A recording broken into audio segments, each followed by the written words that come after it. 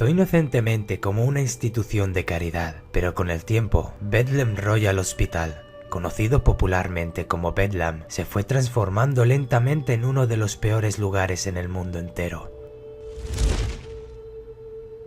El Hospital Real Bedlam fue fundado en el año 1247, pensado como sede del priorato para las hermanas y hermanos de la Orden de la Estrella de Bethlehem. Abrió originalmente en Bishopsgate, en Londres. Su objetivo original era recaudar dinero para ayudar a la Iglesia de los Cruzados. Los monjes lograron construir el edificio y donaron las monedas recogidas a los más pobres de la ciudad. Pero unos años más tarde, se transformó en un asilo psiquiátrico, cuando los monjes notaron una gran cantidad de locos sin hogar en las calles de Londres. En esa época, nadie entendía demasiado de psiquiatría. Las personas que tenían condiciones que hoy normalmente conocemos como depresión, demencia, esquizofrenia, epilepsia, ansiedad, problemas de aprendizaje y otras enfermedades mentales, eran alojados juntos y todos recibían el mismo tratamiento. El tratamiento, administrado por los monjes, incluía castigos diarios y enseñanzas de las escrituras. La dieta era una combinación de vegetales y cereales. Los registros de inventario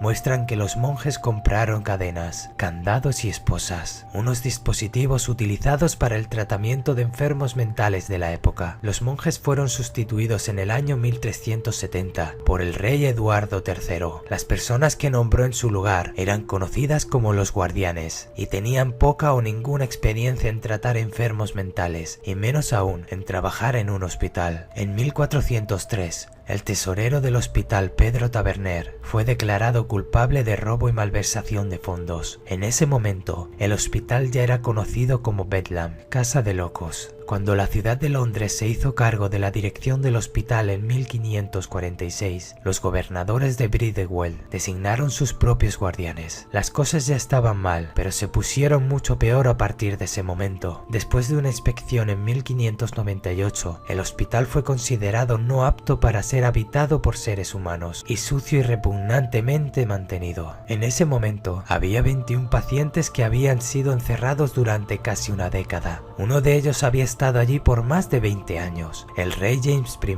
nombró a Helkia Crook para administrar el hotel, y Crook fue fiel a su nombre. Fraudulento en inglés, malversó dinero, robaba a los pacientes y tomaba las donaciones de caridad para sí mismo. Lo que no se guardaba se lo vendía a los internos, y los que no tenían dinero para pagar morían de hambre.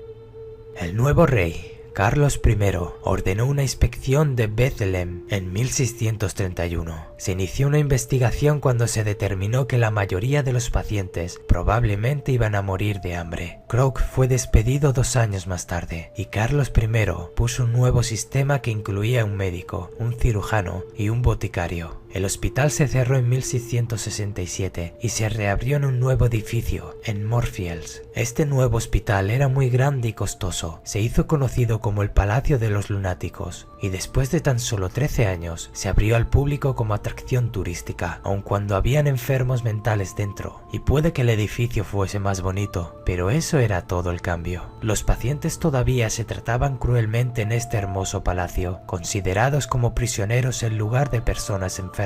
Estaban desatendidos, muertos de hambre y encerrados en aislamiento. A los visitantes del hospital se les permitía interactuar con los pacientes y los visitaban casi como si estuvieran viendo animales en un zoológico. Visitantes de todos los barrios de Londres daban monedas a los pacientes para animarles a cantar canciones y bailar. Algunos de los pacientes se vieron obligados a cumplir con lo que querían las visitas, en contra de su voluntad. Los visitantes no eran supervisados, bebían alcohol y caminaban entre los pacientes sin restricciones. Las vacaciones atraían grandes multitudes ruidosas, en una búsqueda morbosa para ver a los locos. Un escritor que vivía en Londres en esa época dijo que Bethlehem era un paseo de holgazanes y ladrones. Un nuevo director llegó en 1795, John Haslam. Él aseguraba poder curar la locura y practicaba su propio tratamiento en los pacientes. Eran golpeados severamente hasta que pudieran comportarse de la manera que él exigía. Su enfoque terapéutico